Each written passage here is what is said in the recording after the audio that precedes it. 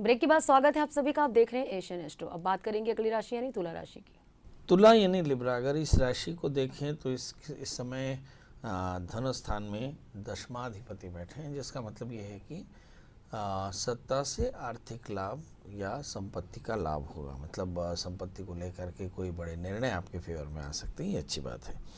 12वें स्थान में केतु है, यात्राएं आपके लिए बिल्कुल ठीक नहीं रहेंगी। 8वें स्थान में बृहस्पति पड़े हैं, जिसका मतलब ये है कि थोड़े से कॉन्स्टिपेशन की परेशानी या मानसिक तनाव ज़्यादा हो सकता है।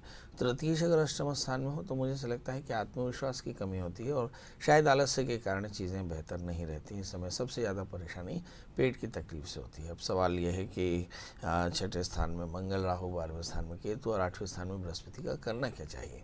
तो केतु के लिए आप गाय को गुड़ के साथ रोटी खिलाएं। 6ठे स्थान में राहु के लिए भगवान हनुमान जी का दर्शन करें, हनुमान चालीसा का पाठ करें और 8वें स्थान में बृहस्पति के लिए गुड़ चने का दान करें तो आज का दिन बेहतर होगा। बिल्कुल, तो तुला राशि वाले गुड़ और चने का दान कर अपने दिन की शुरुआत करें तो आपका दिन बेहतर होगा। अब बात करेंगे वृश्चिक राशि की। वृश्चिक यानी स्कॉर्पियो, अगर इस राशि में देखें तो लग्न में चंद्रमा है, भाग्येश चंद्रमा लग्नस्थ है, मतलब अवसर बहुत अच्छे हैं। और वृश्चिक राशि वाले जातक थोड़े से मन से परेशान होंगे, मतलब बहुत सारे निर्णय, क्योंकि चंद्रमा जब नीच का होगा तो निश्चित तौर पर बहुत सारे विकल्पों के कारण मन परेशान हो सकता है। इस राशि में 4थे स्थान में शनि जबरदस्त सामाजिक प्रतिष्ठा है, 5वें स्थान में मंगल राहु, संतान के करियर को लेकर चिंता हो सकती है। 7वें स्थान में बृहस्पति, अच्छे दोस्त होंगे। 11वें स्थान में केतु, तीर्थाटन से आपको बहुत ज़्यादा लाभ होने वाला है, यानी देशाटन से यानी यात्राओं से आपको काफ़ी लाभ होने वाला है। सवाल ये है कि क्या करना चाहिए। इस राशि वाले जातकों के लिए करने के लिए 2 चीज़ें। नंबर 1 कि आप भगवान शिव का आराधन करें और नंबर 2 आप हरी मूंग का दान करें तो आज का दिन बेहतर होगा। बिल्कुल, तो वृश्चिक राशि वाले भगवान शिव का आराधना कर अपने दिन की शुरुआत करें तो आपका दिन बेहतर होगा। अब बात करेंगे धनु राशि की। धनु यानी सेजिटेरियस, इस राशि में हम देखें कि लग्नेश बृहस्पति एग्जैक्टली 6ठे स्थान में बैठे हैं, जिसका मतलब ये होता है कि ऋण रोग व्याधि शत्रुता की चिंता थोड़ी सी ज़्यादा व्याप रही है। तो इस राशि वाले जातकों को इससे बचने की कोशिश करनी चाहिए। कुछ लोगों को पेट की तकलीफ हो सकती है, कुछ लोगों को हार्मोनल इम्बैलेंस के कारण हेल्थ में थोड़े इश्यूज, और कुछ लोग सिर दर्द के शिकार हो सकते हैं। यहाँ पर हम देखें कि 4थे स्थान में मंगल राहु है, तो कहीं परिवार के लोगों का स्वास्थ्य यानी बड़े बुजुर्गों का स्वास्थ्य आपके लिए चिंता का विषय हो सकता है। महत्वपूर्ण बात यह है कि 3रे स्थान में शनि बैठे हैं, जो बहुत ज़्यादा क्रिएटिव हैं, और इस क्रिएटिविटी में आप देखेंगे कुछ नए काम की शुरुआत या परिवार को लेकर के कुछ बड़े निर्णय आप कर सकते हैं। इस समय अगर हम 11वें स्थान में पड़े चंद्रमा को देखें तो ऐसा लगता है कि लाइफ पार्टनर की सेहत को लेकर के थोड़ी सी चिंता और कुछ बड़े चेंजेस, स्थान परिवर्तन को लेकर के आप कर सकते हैं। अब सवाल ये है करना क्या चाहिए। अष्टमी द्वादशस, तो इसका मतलब ये है कि यात्राएं भी हो सकती हैं, तो चंद्रमा के मंत्रों का जप करें, हरी मूंग का दान करें तो आज का दिन आपके लिए बेहतर होगा। बिल्कुल, तो धनु राशि वाले चंद्रमा के मंत्रों का जाप करें और हरे मूंग का दान करें। बात करेंगे मकर राशि की। मकर यानी कैप्रिकॉर्न्स, यहाँ पर हम देखेंगे सप्तमेश 11वें स्थान में लाइफ पार्टनर का साथ बहुत अच्छा मिलेगा। भाग्य स्थान में केतु, यात्राएं आपके लिए बेहद शुभ होंगी। 2रे स्थान में शनि, संपत्ति का लाभ होगा। 4थे स्थान के बुध बताते हैं कि इस समय कुछ भूमि वाहन मकान से संबंधित बड़ी डील हो सकती है। 5वें स्थान में बृहस्पति, इस समय मेंटल कंडीशन बहुत शानदार, अच्छी क्रिएटिविटी के साथ आप कुछ बड़ा काम करेंगे। यहाँ पर एक बुराई भी है। 3रे स्थान में राहु है, जो सारी अच्छाइयों को शांत करते हैं, मतलब सारी अच्छाइयों में पानी फेरते हैं। तो राहु के कारण बहुत ज़्यादा फैंटेसी, और फैंटेसी के कारण टाइम का बेवजह ख़राब हो जाना है, ये एक बड़ी बात होती है। तो समय बिल्कुल न ख़राब करें, अपने समय का सदुपयोग करें। राहु के मंत्रों के जप के साथ दिन की शुरुआत करेंगे तो दिन बेहतर होगा। बिल्कुल, तो मकर राशि वाले राहु के मंत्रों का जाप कर अपने दिन की शुरुआत करेंगे तो आपका दिन बेहतर होगा।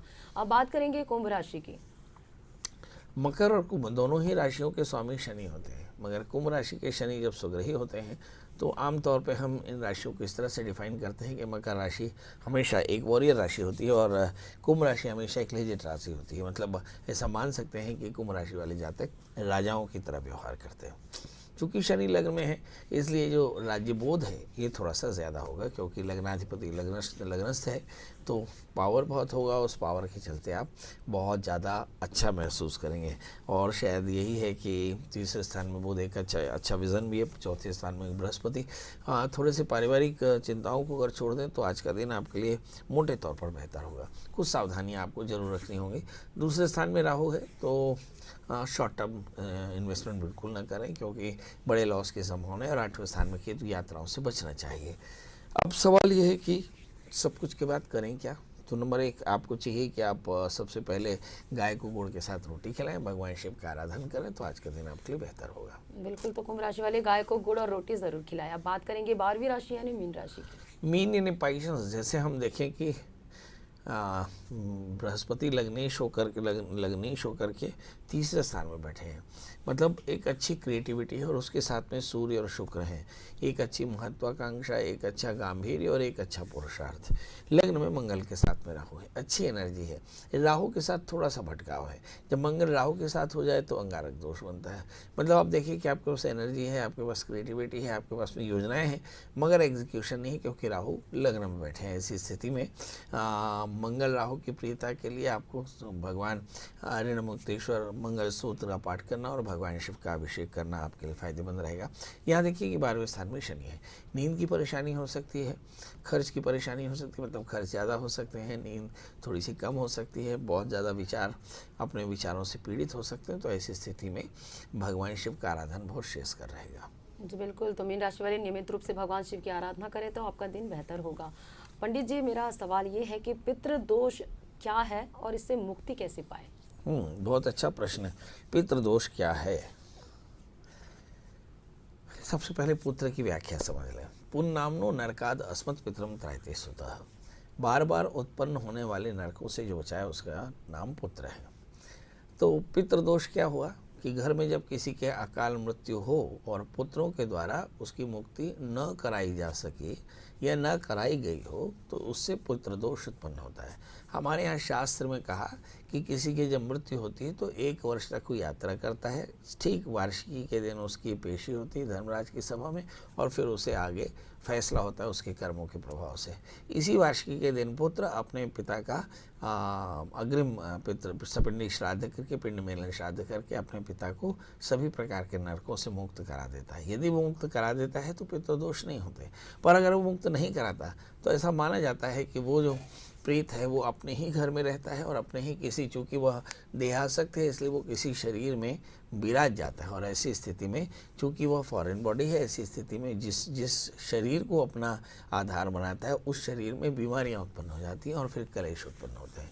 ऐसा लिखा है कि सूतकंज निवर्तेत सपिंडीकरणम बिना तस्मात् पुत्र से कर्तव्यम सूतकांतित सपिंडनम। मतलब जब तक हमारे यहाँ पिंड मिलन श्राद्ध नहीं होता तब तक घर के अशौच या अपवित्रता दूर नहीं होती। ऐसी स्थिति में यदि आपके घर में किसी का प्रेतत्व बना हो तो पितृदोषों के कारण आपके द्वारा किए गए किसी भी पुण्य का लाभ आपको नहीं होता।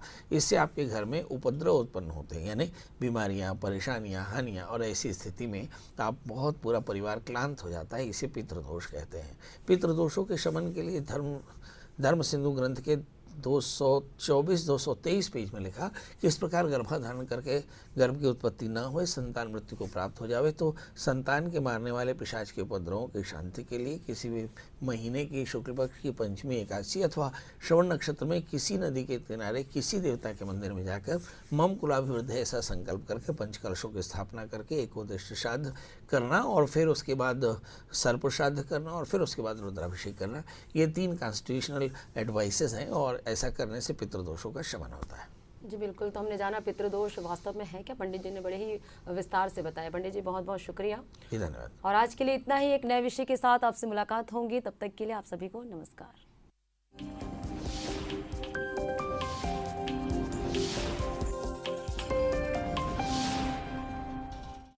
नेताओं के तमाम